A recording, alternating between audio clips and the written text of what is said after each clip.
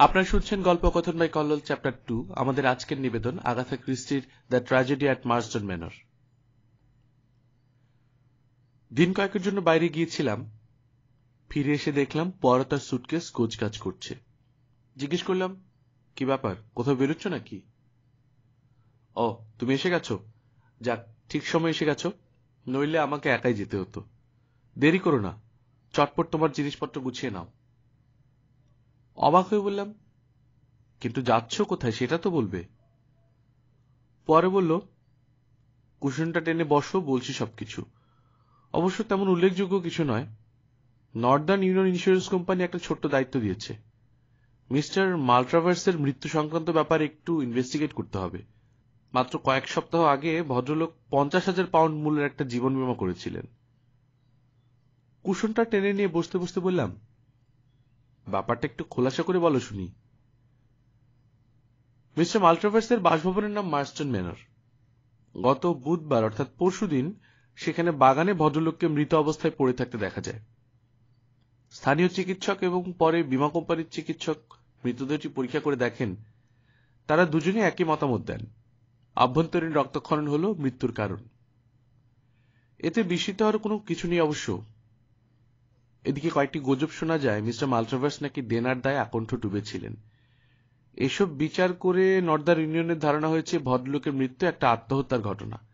সেক্ষেত্রে টাকা দেবার কোনো প্রশ্নই আসে না। এইভাবেই গোটা ব্যাপারটাই জটিল আকার ধারণ করে। মাল্ট্রাভার্সের স্ত্রী যুবতী এবং আশ্চর্য সুন্দরী। লোকে বলাবলি করছে যথাসর্বস্ব অর্থ দিয়ে তিনি তার স্ত্রীর স্বার্থেই মোটা অঙ্কের জীবন বীমা করান এবং তারপরে আত্মহত্যা করেন। এ ধরনের ঘটনা যে ঘটে না তা কিন্তু নয়। যাই হোক, নর্দার্ন ইউনিয়নের পরিচালক আমার বন্ধু আলফ্রেড রাইটের অনুরোধে আমাকে এই ঘটনার অনুসন্ধানের দায়িত্ব নিতে হয়েছে। এই ব্যাপারে কতটা কি করা সম্ভব হবে বুঝতে পারছি না, কারণ অভ্যন্তরীণ রক্তক্ষরণের ফলে হৃদযন্ত্রের ক্রিয়া বন্ধ হয়ে মৃত্যুর ঘটনা কিন্তু বিরল নয়। আর এভাবে হঠাৎ করে যদি হৃদক্রিয়া বন্ধ হয়ে যায়, চিকিৎসকদের পক্ষে মৃত্যুর প্রকৃত কারণ নির্ণয় করা সম্ভব হয় না। যাই হোক, দায়িত্ব যখন নিয়েছি, চলো একবার ইনভেস্টিগেট করে আসি। গ্রেট ইস্টার্ন ট্রেনে আমরা এসে নামলাম মার্সটন লিগ নামের ছোট্ট একটা স্টেশনে। মার্সটন ম্যানর স্টেশন থেকে মাইলখানেক দূরে। পরে বলল, স্থানীয় ডাক্তার র্যালফ বার্নার্ডের বাড়ি খুঁজে বার করতে হবে। এই পথটুকু হেঁটে গেলেই সুবিধা। তাই পাকা সড়ক ধরে পায়ে হেঁটে এগিয়ে চললাম আমরা। কিছু দূর আসার পর রাস্তার বাঁ দিকে একটা সাজানো গোছানো বাংলা ধরনের বাড়ির সামনে এসে দাঁড়ালো পোয়ারো। সামনে এক টুকরো ফুলের বাগান। বাগানের ফটকে পিতলের নাম ফলকে নামটা পড়ে বোঝা গেল এটা ডাক্তার বার্নার্ডের বাড়ি। বিনা বাক্যবে আমরা বাগান পার হয়ে ভেতরে প্রবেশ করলাম। সৌভাগ্যক্রমে ডাক্তার বার্নার্ডের দেখা পাওয়া গেল। রোগী দেখার সময় আমরা হাজির হয়েছিলাম, অবশ্য সেই মুহূর্তে কোনো রোগী ছিল না। ডাক্তার বার্নার্ড বেশ বয়স্ক মানুষ, হৃষ্টপুষ্ট, গোলগাল চেহারা। পরও নিজের পরিচয় দিয়ে এখানে আসার উদ্দেশ্য জানালো। ডাক্তার বার্নার্ড বললেন, এই ধরনের ঘটনায় বীমা সংস্থা তো অনুসন্ধান করতেই পারে, আর মিস্টার মাল্ট্রাভার্স নিশ্চয়ই অনেক টাকার বীমা করেছিলেন। পরে জানতে চাইল, উনি কি খুবই ধনী ছিলেন? দুটো মোটর গাড়ি, অমন প্রাসাদতুল্য মার্সটন ম্যানরের মতো বাড়ি যার, তাকে ধনী না বলে কি বলবো। অবশ্য শুনেছি বাড়িটা তিনি অনেক সস্তায় কিনেছিলেন। তাহলে তো মনে হয় ওর মৃত্যুতে খুবই ক্ষতি হলো। তা হওয়া অস্বাভাবিক নয়, তবে লাভবান হবেন ওর স্ত্রী। আপনি তো এদের পারিবারিক চিকিৎসক ছিলেন, তাই না? না, ওরা রোমান ক্যাথলিক। তাছাড়া শুনেছি মিস্টার মাল্ট্রাভার্স বড় মাপের বৈজ্ঞানিক বা ওইরকমই কিছু একটা ছিলেন। সেই তুলনায় আমি নিতান্তই ছোটখাটো একজন ডাক্তার। আমার সঙ্গে। কিন্তু আপনি তো মাল্ট্রাভার্সের মৃতদেহ প্রথম পরীক্ষা করে দেখেছিলেন। হ্যাঁ, তা করেছি বটে। ওদের বাগানের একজন মালি আমাকে ডেকে নিয়ে গিয়েছিল। আপনি গিয়ে কি দেখলেন যদি একটু দয়া করে বলেন। আমি যখন পৌঁছই তখনও মৃতদেহ বাগানের এক প্রান্তে উপুড় হয়ে পড়েছিল। পাখি মারার ছোট বন্দুকটা পাশেই পড়েছিল। আকস্মিক রক্তক্ষরণের ফলে ওর মৃত্যু হয় বলে আমার বিশ্বাস। তাহলে গুলি করে হত্যা করা হয়েছে বলে আপনি মনে করেন না? অসম্ভব। হত্যা বা আত্মহত্যা কিছু নয়। মিস্টার মাল্ট্রাভার্সের দেহের কোথাও কোনো আঘাতের চিহ্ন ছিল না। দেখুন, এর চেয়ে বেশি আমার কিছু বলার নেই। ভদ্রলোকের ইঙ্গিত বুঝতে পেরে আমরা উঠে পড়লাম। ছোট্ট বাগানটা পার হয়ে এসে রাস্তায় এসে নামলাম। থমথমে মুখে হাঁটছিল পোয়ারো। সহসা আপন মনে বলে উঠল, অসম্ভব। জিজ্ঞেস করলাম, কি অসম্ভব? একজন যুবতী রূপসী নারী উপস্থিত, অথচ তার কোনো ভূমিকা থাকবে না, এটা খুবই অসঙ্গত মনে হচ্ছে আমার কাছে। কিছুক্ষণের মধ্যেই মার্স্টন ম্যানর এসে পৌঁছলাম আমরা। কলিং বেল চাপতে একজন পরিচারিকা এসে দরজা খুলল। পরে তার হাতে নিজের পরিচয়পত্র এবং বীমা সংস্থার চিঠিটা তুলে দিল। মিনিট 10 পরে ফিরে এসে পরিচারিকা আমাদের বৈঠকখানায় বসালো। আরো কয়েক মিনিট পরে এলেন মিসেস মাল্ট্রাভার্স। তিনি ঘরে প্রবেশ করে আমাদের অভিবাদন জানালেন। দীর্ঘাঙ্গী মহিলা, যথার্থই সুন্দরী। বয়স বড়জোর 27-28। যৌবনের রূপলাবণ্য যেন উথলে পড়ছে। দীর্ঘায়িত দুটি গভীর চোখ, নীল রঙের। মুখের আদলটি এক কথায় অতুলনীয়। প্রাথমিক সৌজন্যমূলক কথাবার্তা বলার পর এই শোকার্ত পরিবেশে তাকে বিরক্ত করতে আসার জন্য পর যথারীতি দুঃখ প্রকাশ করল। পরে বলল, বুঝতেই পারছেন, আপনার স্বামীর বিপুল পরিমাণ অর্থের জীবন বীমা করা ছিল। এই অবস্থায় তার আকস্মিক মৃত্যু, স্বভাবতই বীমা সংস্থা প্রত্যেকটি ব্যাপারেই শিওর হতে চায়। ওদের হয়ে এই কেসটা আমাকেই দেখতে হচ্ছে। আপনার কাছে একটাই অনুরোধ, বুধবারের ঘটনা একটা সংক্ষিপ্ত বিবরণ দিন। মিসেস মাল্ট্রাভার্স বিষণ্ণ দৃষ্টি তুলে তাকালেন। বললেন, আমি সে সময় চা বানাচ্ছিলাম, বাগানের মালি এসে খবরটা দিল। বলতে বলতে অবরুদ্ধ কান্নায় মিসেস মাল্ট্রাভার্সের কণ্ঠস্বর বুঝে এলো। উনি কি বাগানেই ছিলেন? পাখি শিকারে বেরিয়েছিলেন। ওই সময়টায় উনি সাধারণত ছোট বন্দুকটা নিয়ে বাগানেই ঘুরে বেড়াতেন। বন্দুকটা এখন কোথায়? মনে হয় হলঘরেই আছে। বলতে বলতে উনি বেরিয়ে গেলেন। 1 মিনিটের মধ্যেই বন্দুকটা নিয়ে ফিরে এলেন। পরও ঘুরিয়ে ফিরিয়ে সেটা পরীক্ষা করে দেখতে লাগলো। তারপর নিজে নিজে বলে উঠল, দেখছি 2টি গুলি খরচ হয়েছে। বন্দুকটা ফিরিয়ে দিয়ে পরে ধন্যবাদ জানালো। পরে বলল, আপনাকে আর বিরক্ত করব না ম্যাডাম। আচ্ছা, একটা জিজ্ঞাসা, আপনার স্বামীর অর্থনৈতিক অবস্থা সম্বন্ধে কিছু বলবেন? এইসব ব্যাপারে তো আমি কিছুই জানি না। ধরুন এমন কোন সূত্র, যেমন হঠাৎ করে কেন উনি মোটা অঙ্কের একটা জীবন বীমা করতে গেলেন। যদ্দূর মনে হয় আগে কোনো বীমা নিশ্চয়ই উনি করেননি। মিসেস মাল্ট্রাভার্স কয়েক মুহূর্ত নীরব থেকে পরে বললেন, আমাদের বিয়ে তো হয়েছে মাত্র 1 বছর। এ বাড়িতে এসে অব্দি আমি লক্ষ্য করছি সবসময় তিনি একটা মৃত্যু আশঙ্কায় ভুগতেন। আমি শুনেছি ইতিপূর্বে তার একবার স্ট্রোক হয়েছিল। দ্বিতীয়বারে যে মৃত্যু অনিবার্য, একথা তো তিনি প্রায়ই বলতেন। আমার ধারণা হয়তো এই কারণেই তিনি জীবন বীমা করিয়েছিলেন।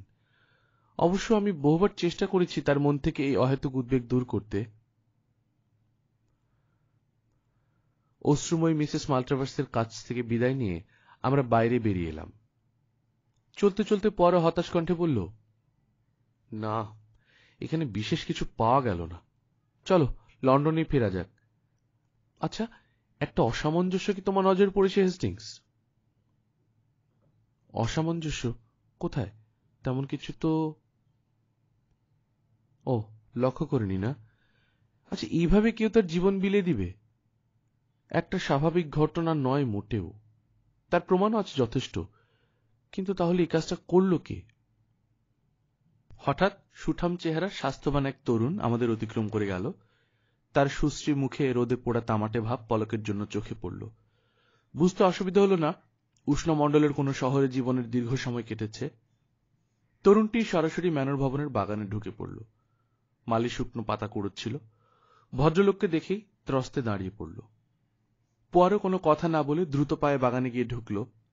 মালিকে জিজ্ঞেস করল, তুমি এই ভদ্রলোককে চেনো নাকি? মালি ধীর স্বরে জবাব দিল, স্যার, নামটা ঠিক মনে নেই, শুনেছিলাম হয়তো। উনি কি আগেও এখানে এসেছেন? গত সপ্তাহে মঙ্গলবার বিকেলে তিনি এখানে প্রথম এলেন। হেস্টিংস, চলো ওকে অনুসরণ করা যাক। সামনের মূর্তিটি সবে দরজা পার হয়ে বৈঠকখানায় প্রবেশ করেছে। আমরা দ্রুত পা চালিয়ে দরজার সামনে গিয়ে দাঁড়ালাম। দুজনের কথাবার্তা আমাদের কানে এলো। তুমি? স্তব্ধ বিস্ময়ে মিসেস মাল্ট্রাভার্স যেন চমকে উঠলেন। স্পষ্ট বোঝা গেল আমি তো ভাবলাম তুমি আফ্রিকায় চলে গেছো। হঠাৎ একটা খবর পেয়ে আটকে পড়লাম। স্কটল্যান্ডে আমার এক আঙ্কেল মারা গেছেন। আমার জন্য বিপুল অর্থ রেখে গেছেন বলে আমার উকিল জানিয়েছেন। তাছাড়া কাগজে তোমার বিশ্রী দুঃসংবাদটা চোখে পড়ল। ভাবলাম এ সময় তোমার কাছে থাকা উচিত। এ সময় পোয়ারো ঘরের ভেতর কুণ্ঠিত ভঙ্গিতে এগিয়ে গেল। দুজনেই ঘুরে তাকালেন। পোয়ারো অনুনয়ের সুরে জানালো ও ভুল করে ওর ছড়িটা ফেলে গেছে। আমি মুখ টিপে আপন মনে হাসলাম। মিসেস মাল্ট্রাভার্স আমাদের সঙ্গে তরুণের পরিচয় করিয়ে দিলেন। ইনি মুসি এরকোল পোয়ারো, আর ইনি ক্যাপ্টেন ব্লেক। কথায় কথায় জানা গেল ক্যাপ্টেন ব্লেক গ্রামের ভেতর অ্যাঙ্কার ইনে আপাতত উঠেছেন। পোয়ারোর ছড়িটা খোঁজাখুঁজি হল, যথারীতি কোথাও পাওয়া গেল না। পোয়ারো ক্ষমা প্রার্থনা করল, এরপর বিদায় নিয়ে আমরা আবার পথে নেমে এলাম। চলতে চলতে পোয়ারো বলল, না হেস্টিংস, আর লন্ডন ফেরা হলো না। এই ইয়াংম্যান ক্যাপ্টেন ব্লেককে দেখে মিসেস মাল্ট্রাভার্স যে হকচকিয়ে গিয়েছিলেন তা তো তার কথা শুনেই বোঝা গেল। তরুণকে দেখে তোমার মনে হয়নি যে তিনি তার প্রতি খুবই অনুরক্ত? তাছাড়া দেখো, মিস্টার মাল্ট্রাভার্সের মৃত্যুর ঠিক আগের দিন মঙ্গলবার বিকেল থেকে তিনি এখানে রয়েছেন। এই পরিস্থিতিতে ক্যাপ্টেন ব্লেকের কার্যকলাপ অনুসরণ করা কর্তব্য। চলো অ্যাঙ্করিনে গিয়ে অপেক্ষা করা যাক। অ্যাঙ্করিনে আধ ঘন্টার বেশি অপেক্ষা করতে হল না। ক্যাপ্টেন ব্লেক ফিরে এলেন। পোয়ারো উঠে দাঁড়িয়ে বলল, মুসিয়ে ক্যাপ্টেন, আমরা আপনার জন্য অপেক্ষা করছিলাম। মিস্টার মাল্ট্রাভার্সের মৃত্যু সংক্রান্ত কিছু তথ্য আমাদের জানা দরকার। মিসেস মাল্ট্রাভার্সকে এই পরিস্থিতিতে বিব্রত করা সঙ্গত মনে হল না। মনে হলো আপনি এই ব্যাপারে আমাদের কিছু সাহায্য করতে পারবেন। ক্যাপ্টেন ব্লেক বললেন, আপনাকে সাহায্য করতে আমি যথাসাধ্য চেষ্টা করব মুসি পোয়ারো, তবে এর মধ্যে অস্বাভাবিক কিছু আছে বলে তো আমার মনে হয় না। মিসেস মাল্ট্রাভার্স আমার অত্যন্ত পরিচিত, তবে মিস্টার মাল্ট্রাভার্সের সঙ্গে ব্যক্তিগত আলাপ হয়েছিল খুব সম্প্রতি। আপনি লন্ডনে ফিরেছেন কবে? গত মঙ্গলবার বিকেলে। ফিরে কি এখানে চলে আসেন?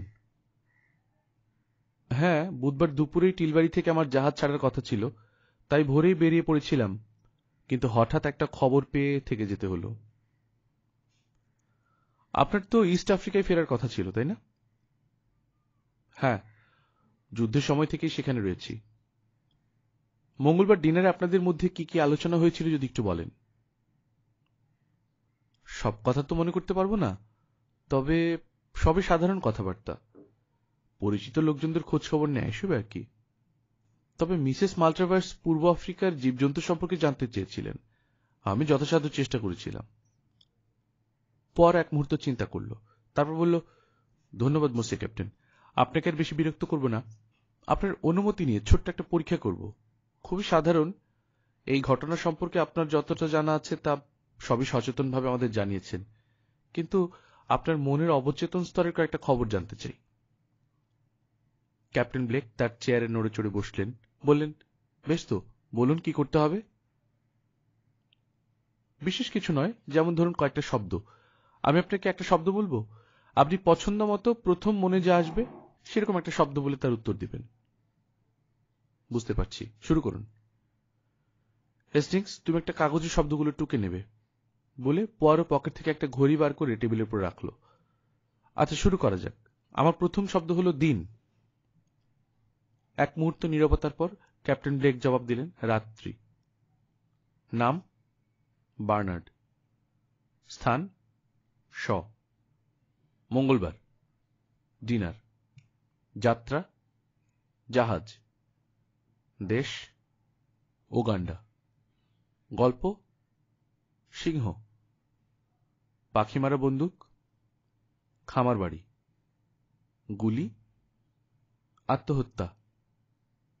হাতি, দাঁত। টাকা, উকিল। ধন্যবাদ মুসি ব্লেক, এখানেই শেষ করছি। এবার ফলাফলটা দেখা যাক। দেখি হেস্টিংস, তোমার কাগজটা দাও। আমি হতভম্বের মতো তাকিয়েছিলাম। এইসব অসংলগ্ন শব্দের মধ্য থেকে পোয়ারো কি ধরনের সূত্র আবিষ্কার করার চেষ্টা করছে কিছুই মাথায় ঢুকল না। আমার লেখা কাগজটা ওর দিকে বাড়িয়ে দিয়ে বললাম, কিছুই তো বোঝা যাচ্ছে না। যাচ্ছে না? বেশ, বুঝিয়ে দিচ্ছি। মুসি ব্লেকের উত্তরগুলি থেকে এটা পরিষ্কার বোঝা গেল যে কোনো কিছু গোপন করার মতো অপরাধবোধ তার মধ্যে কাজ করেনি। তিনি সবকটি উত্তরই নির্দিষ্ট সময়সীমার মধ্যেই দিয়েছেন। দিন, রাত্রি, নাম, স্থান এগুলো খুবই সাধারণ শব্দ। স্থানীয় চিকিৎসকের সঙ্গে তার কোনো যোগাযোগ থাকতে পারে ভেবে আমি বার্নার্ড শব্দটি উচ্চারণ করেছিলাম, কিন্তু তার উত্তর থেকে জানলাম ডাক্তারের মুখও উনি দেখেননি। এরপর আমার মঙ্গলবার শব্দের উত্তরে উনি বললেন নৈশভোজ, ডিনার, কিন্তু যাত্রা আর দেশের উত্তরে জানালেন জাহাজ এবং উগান্ডা। এর থেকে বুঝতে পারলাম এই সমুদ্রযাত্রা তার কাছে খুবই গুরুত্বপূর্ণ। গল্পের জবাব দিতে গিয়ে সম্ভবত সেদিন নৈশভোজের টেবিলে বলা সিংহের কথাই প্রথম মনে পড়েছিল। ঘটনাটা নিশ্চয়ই এমন, একজন মানুষ খামার বাড়িতে তার পাখি মারা বন্দুক দিয়ে আত্মহত্যা করেছেন। আমার বিশ্বাস এই গল্পটি উনি সেদিন নৈশভোজে বসে মাল্ট্রাভার্স দম্পতিকে শুনিয়েছিলেন। মসিয়ে ব্লেককে জিজ্ঞেস করে দেখো, উনি হয়তো বলতে পারবেন। সঙ্গে সঙ্গে ক্যাপ্টেন ব্লেক বললেন, আমার স্পষ্টই মনে আছে, আমার এক পরিচিত ভদ্রলোক তার খামার বাড়িতে আত্মহত্যা করেছিলেন। পাখি মারা বন্দুক ছিল তার সঙ্গে, মুখের মধ্যে নল পুরে দিয়ে নিজেই গুলি করেন, বুলেটটা সোজা মাথার মধ্যে গিয়ে বিঁধে। সে অবস্থায় ঠোঁটে সামান্য রক্ত ছাড়া আর কিছুই পাওয়া যায়নি। ডাক্তাররা প্রথমে তাই কিছুই বুঝতে পারেনি, পরে অবশ্য মিস্টার মাল্ট্রাভার্সের সঙ্গে এই কাহিনী মিল আছে। ওর মৃতদেহের পাশেও একটা পাখি মারা বন্দুক পাওয়া গেছে। ক্যাপ্টেন ব্লেক সকাতরে বলে উঠলেন, মুসিব পরো, আপনি কি বলতে চাইছেন যে আমার গল্প শুনে মিস্টার মাল্ট্রাভার্স নিজেই? অসম্ভব, অসম্ভব। আপনি দেখছি কিছুই জানেন না মুসিব ব্লেক। যেভাবেই হোক ঘটনা তাই ঘটেছে। আচ্ছা, লন্ডনে একটা জরুরি টেলিগ্রাম পাঠাবার ছিল, আপনারা বসুন, আমার মিনিট 15 বেশি লাগবে না। পরে ফোন করতে চলে গেল, কিন্তু ফিরে এলো 15 মিনিট নয়, ঘন্টাখানেক পরে। এতক্ষণ কার সঙ্গে কি কথা বললো বুঝতে পারলাম না। ঘড়িতে এখন 6টা বাজে, সন্ধ্যা ঘনিয়ে এসেছে। বসতে বসতে বিষণ্ণ সুরে বলল, খুবই দুঃখের ঘটনা হেস্টিংস। মিসেস মাল্ট্রাভার্সকে খবরটা কিভাবে জানাবো বুঝতে পারছি না। কিন্তু কোন অসহায় নারী যদি জানতে পারেন তার স্বামী আত্মহত্যা করেছেন, আর সেই কারণে জীবন বীমার একটি টাকাও তিনি পাবেন না, এটা যে কত মর্মান্তিক তা কল্পনা করতেও কষ্ট হয়। আমি আশা করছি একটু সামলে ওঠার পর মিসেস মাল্ট্রাভার্সকে মসিয়ে ব্লেক সান্ত্বনা দেবার চেষ্টা করবেন। অ্যাঙ্কার ইন থেকে বেরিয়ে আমরা সরাসরি চলে এলাম মিসেস মাল্ট্রাভার্সের কাছে। পরে তার সিদ্ধান্তের কথা জানালে তিনি প্রথমে তো বিশ্বাসই করতে চাননি। পরে যখন নিশ্চিত হলেন, কান্নায় ভেঙে পড়লেন। এই মর্মান্তিক পরিস্থিতিতে আমাদের কিছুই করার ছিল না। মিসেস মাল্ট্রাভার্স খানিকটা সামলে ওঠা পর্যন্ত চুপচাপ বসে থাকা ছাড়া আর কিছুই করার রইল না। বিদায় নেবার আগে পরে শুষ্ক স্বরে বলল, ম্যাডাম, একটা কথা মনে করে দিচ্ছে আপনাকে, মৃত্যু বলে কিছু নেই। ভারী হয়ে ওঠা চোখের পাতা দুটি মেলে তিনি সবিস্ময়ে বলে উঠলেন, এ কথার অর্থ? প্রেতাসুরে আপনি কি কখনো কথা বলেছেন?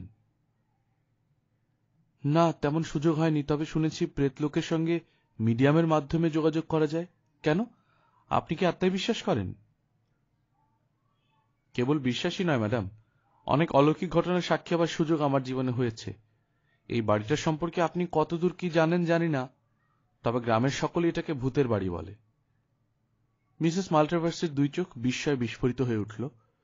কয়েক মুহূর্ত তিনি কোনো কথা বলতে পারলেন না। এমন সময় বাইরে থালা বাসনের বিকট ঝনঝনে শব্দের সঙ্গে একটা আর্তনাদ উঠল। আমরা লাফিয়ে উঠলাম।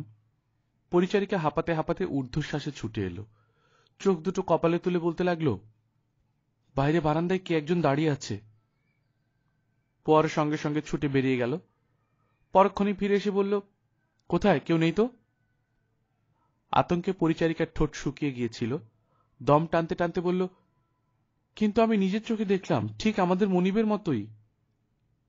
মিসেস মাল্ট্রাভার্স অস্ফুট স্বরে আর্তনাদ করে উঠলেন। ঝাঁপিয়ে পড়ে পরের একটা হাত আঁকড়ে ধরে রুদ্ধ নিঃশ্বাসে বললেন, শুনতে পেয়েছেন 3টে টোকার শব্দ? উনি ঠিক এইভাবেই দরজায় টোকা দিতেন। সবিস্ময়ে আমি জানলার দিকে তাকিয়ে বললাম, আমি তো কিছু শুনতে পেলাম না।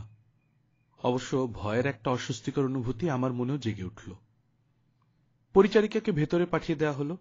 মিসেস মাল্ট্রাভার্স অনুনয় সুরে বললেন, আপনারা দয়া করে এক্ষুনি চলে যাবেন না, আমি ভয়েই মরে যাব। রাতের খাবারের সময় হয়ে গিয়েছিল। সারাদিন ধকলও কম হয়নি। তবুও মিসেস মাল্ট্রাভার্সের অনুরোধে আমাদের বসতে হলো। বাইরে জ্যোৎস্না ফুটফুট করছে, হাওয়ার মধ্যে গো গো গোঙানির শব্দ। আমরা তিনজন বসে আছি নীরবে। নিস্তব্ধ পরিবেশ যেন ক্রমশই ভুতুড়ে হয়ে উঠছে। রীতিমতো ছমছম করছে গা। একটা কথাই কেবল আমার বারবার মনে পড়ছে, অপঘাতে মৃত্যু হলে আত্মা কখনো শান্তি পায় না। একটা কুসংস্কার। কিন্তু বৃষ্টি ক্যাচ ক্যাচ আওয়াজ তুলে দরজার কপাট দুটো হঠাৎ খুলে গেল। মিসেস মাল্ট্রাভার্স সজোরে আমার একটা হাত আঁকড়ে ধরলেন। পোয়ারো উঠে গিয়ে দরজাটা বন্ধ করে চাবি ঘুরিয়ে দিল, কিন্তু ফিরে আসতে না আসতেই দরজাটা আবার ধীরে ধীরে খুলে গেল। কিছু বুঝতে না পেরে স্তম্ভিত হয়ে রইলাম। মিসেস মাল্ট্রাভার্স আর্তনাদ করে উঠলেন, মুসে পড়ো, আমার স্বামীকে তো আমি স্পষ্ট দেখতে পেলাম। কোথায় ম্যাডাম? আমি তো কিছু দেখতে পাইনি। না না মুসিয়ে, আমি স্পষ্ট দেখতে পেলাম। এ কি? সহসা ঘরের মধ্যে আলো কমতে কমতে একসময় দপ করে নিভে গেল। অন্ধকারে 3টি টোকার শব্দ একদম স্পষ্ট শুনতে পেলাম। মর্মান্তক আর্তনাদ করে উঠল মিসেস মাল্ট্রাভার্স। সেই মুহূর্তে আমি পরিষ্কার দেখতে পেলাম দরজার সামনে এসে দাঁড়িয়েছে একটি ছায়ামূর্তি, আমাদের দিকে মুখ ফেরানো। জ্যোৎস্নার ভুতুড়ে আলোতে পরিষ্কার দেখা গেল মূর্তির ঠোঁটে রক্তের দাগ, একটা হাত আমাদের দিকে ওঠানো। পোয়ারো আর আমি পরস্পরের মুখের দিকে তাকালাম। মিসেস মাল্ট্রাভার্স অস্ফুট আর্তনাদ করে দুহাতে মুখ ঢাকলেন। অস্পষ্ট জ্যোৎস্নালোকে মনে হল ওর হাতে কিছু যেন চিকচিক করছে। সবিস্ময়ে আমি বলে উঠলাম, পোয়ারো, ওর ডান হাতের দিকে তাকিয়ে দেখো। অসহ্য আতঙ্কে মিসেস মাল্ট্রাভার্সের সর্বশরীর থরথর করে কেঁপে উঠল। মুখ থেকে দুহাত তুলে সহসা চিৎকার করে বলে উঠলেন, হে কি, রক্ত! হ্যাঁ, রক্তই তো। খুন, খুন! আমি কি খুন করেছি? বলতে বলতে দুহাত দিয়ে মুখ চাপা দিয়ে ব্যাকুল কণ্ঠে বলে উঠলেন, উনি যখন বোঝাচ্ছিলেন ওই ভদ্রলোক কি করে আত্মহত্যা করেছিলেন, তখন আমি নিজেই নিজের হাতে বন্দুকের চাবি টিপে দিয়েছি। উনি আবার ফিরে এসেছেন। মুসিয়ে, দোহাই আপনার, আমাকে বাঁচান। আকুল কান্নায় ভেঙে পড়লেন মিসেস মাল্ট্রাভার্স। এমন সময় পোয়ারোর উচ্চকিত স্বর শোনা গেল, আলো! আশ্চর্য, যেন জাদু মন্ত্র বলে দপ করে আলো জ্বলে উঠল। আমি হতভম্ব। জিজ্ঞাসু দৃষ্টিতে তাকালাম পোয়ারোর চোখের দিকে। পোয়ারো চেয়ার ছেড়ে উঠে দাঁড়িয়ে দরজার দিকে তাকিয়ে বলল, ভেতরে এসে এভারেট, তুমি আর হেস্টিংস দুজনেই নিজের কানে শুনলে মিসেস মাল্ট্রাভার্সের স্বীকারোক্তি। হেস্টিংস, ইনি হলেন অভিনেতা মুসি এভারেট। এর অভিনয়ের ফলে আমাদের পরিকল্পনা সার্থক হল। তোমাকে বলা হয়নি, সন্ধ্যাবেলা একেই ফোন করেছিলাম। মৃত মানুষের অভিনয়ের সাজসজ্জা একেবারে নিখুঁত হয়েছে। কি বলো হেস্টিংস? ঘটনার আকস্মিকতায় আমি কথা হারিয়ে ফেলেছিলাম। বিহ্বল সপ্রশংস দৃষ্টি তুলে তাকিয়ে রইলাম পোয়ারোর দিকে। পোয়ারো আবার বলতে শুরু করল, হেস্টিংস, আলো নিভে যাবার সঙ্গে সঙ্গে আমি মিসেস মাল্ট্রাভার্সের ডান হাত চেপে ধরেছিলাম। তুমি ভালোভাবে দেখলেই বুঝতে পারবে ওটা রক্ত নয়, লাল রং। ঈশ্বরকে ধন্যবাদ, এই বাজে রহস্যের এখানে ইতি ঘটল। এবার চলো স্টেশনের দিকে যাওয়া যাক, শেষ ট্রেনটা হয়তো যাবে। আমাদের কাজ আপাতত শেষ। এবার যা করবার ইন্সপেক্টর জাপি করবে। দলবল নিয়ে সে বাইরে অপেক্ষা করছে। আকাশের চাঁদ ততক্ষণে মেঘের তলায় চাপা পড়েছে। টিপ টিপ করে সামান্য বৃষ্টি পড়ছে।